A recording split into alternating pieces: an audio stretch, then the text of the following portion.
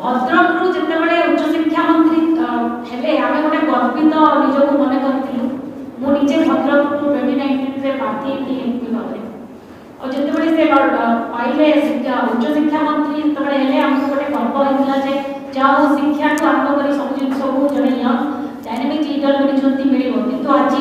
जो अवस्था आम देखु शिक्षा क्षेत्र में जे गोटे झील जी से एबीपीपी स्टेट कोऑर्डिनेटर ताकरी शाखार गोटे अंश सी जो गोटे न्याय दाबी कर मिलूना ओडिशा रे आउ कौन कौ नारी मानू कि झील मैंने सुरक्षित अच्छा आपण मैंने विचार करेंगे तेणु ए बाबद में आम समस्ते दाबी करुचे से उच्च शिक्षा मंत्री को भी पदवीर रहीबार कौन अधिकार नहीं मुख्यमंत्री जे सब बेले चुप रोचती सब कथा को समस्ते तदंत करी मुआवजा दबु कही चुप हो जाउचंती से जिनस को आमे आउ करबा को दबु नहीं कांग्रेस दल आगु को आउ जोरदार लड़ाई करबो एही गणमाध्यम रे आमे आपन को एवं ओडिसा वासी को जणाइबा को चाहछु धन्यवाद आपन कौन करी आपन को प्रेस मीट रे विधानसभा रे मुख्यमंत्री को कॉन्फ्रेंस पे गेले दया करके टिके अनुरोध करिवे सुनिबे गोटे कथा 40,000 महिला आम राज्य में निखोज होती बोली कुआ लागला विधानसभा आपण समस्त जानिथिबे ऑलरेडी एनसीआरटी डाटा मध्ये से कथा कहला किंतु शुक्रवार दिन राति रे बीजेपी रो उपसभापति श्रीयुक्त विरंची नारायण त्रिपाठी समग्र गणमाध्यम सामने न्यूज 7 चैनल इटसेल्फ कहिले एमिति कोनोसी तथ्य नाही आपण माने ए डाटा आनी कोठु पाइले हमको देखातो ब्लंटली से कहिले ए कथाटा मिछ तेणु वर्तमान आमे कहिबो मुख्यमंत्री निजे आसी कि कहिबे कि जो तथ्य से विधानसभा रे देइथिले सेइटा सत ना विरोधी बाबू जोटा चुपचाप जे कहउचंती सेइटा सत आ मुख्यमंत्री जदि खुशी होबो चाहे डाटाटा 40 न करी कि 14 कर देते ताले आमे शेयर करिबो वर्तमान जदि मुख्यमंत्री को जो नंबरटा हसत आसीबो सेइ अनुसार आमे कथा कहिबो तेणु बीजेपी टिके दायित्व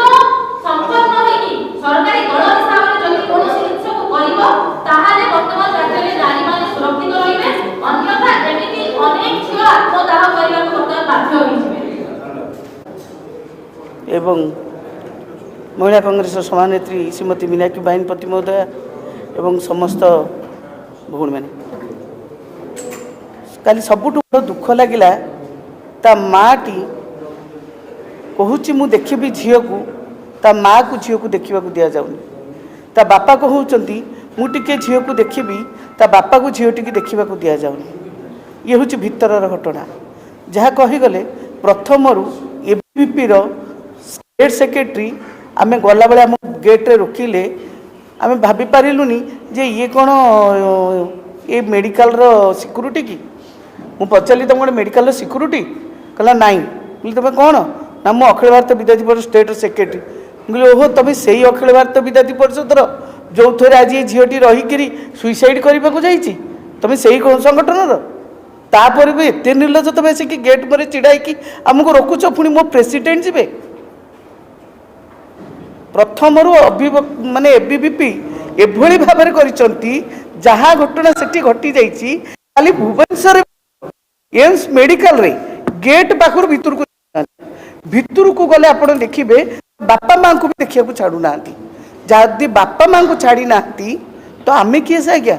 ताले कौन आगु को अच्छी यार समय कह भगवान निकट जगन्नाथ निकट एति क्षमा प्रार्थना करी से झीटी को बंचे दिंतु जेबी हेले भी से बंची जाऊ एवं आम मान आयुष ताक लगे जाऊ से आसू एवं ता जीवन घटना ये राज्यवासी की जनाऊ। जय जगन्नाथ।